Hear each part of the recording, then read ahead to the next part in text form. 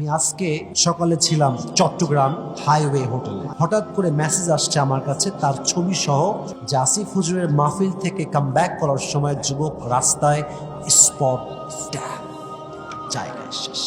একজন যুবক ওয়াজ শুনতে আসছে, সে একজন কন্টেন্ট ক্রিয়েটর।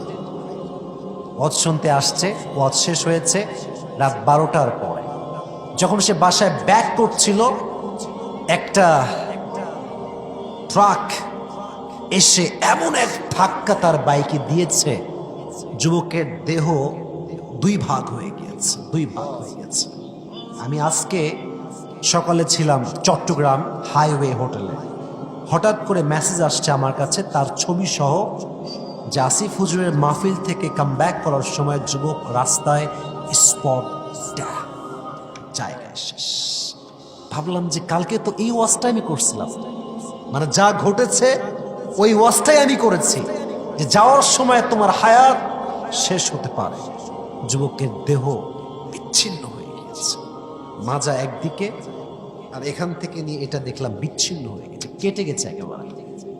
আমি ওর জন্য দোয়া করি, আল্লাহর কবরটাকে জান্নাতুল ফেরদাউসের উঁচু মাকাম নসিব করুন।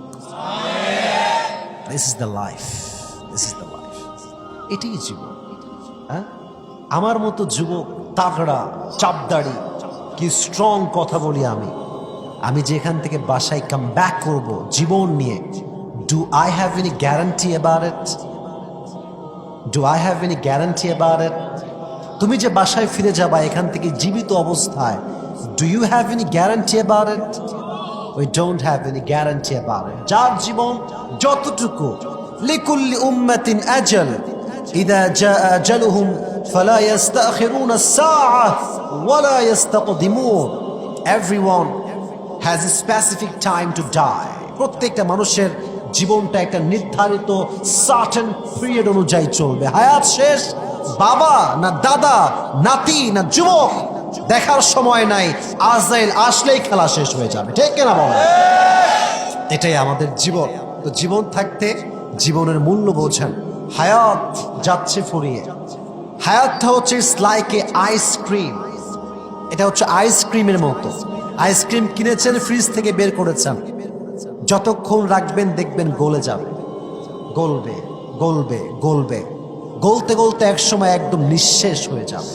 So our life is like a ice cream. এটা একটা বরফের মতো গলছে, প্রতিটা সেকেন্ড যাচ্ছে, আমরা কবরে আর এক ধাপ এগিয়ে যাচ্ছি। এই দেখেন,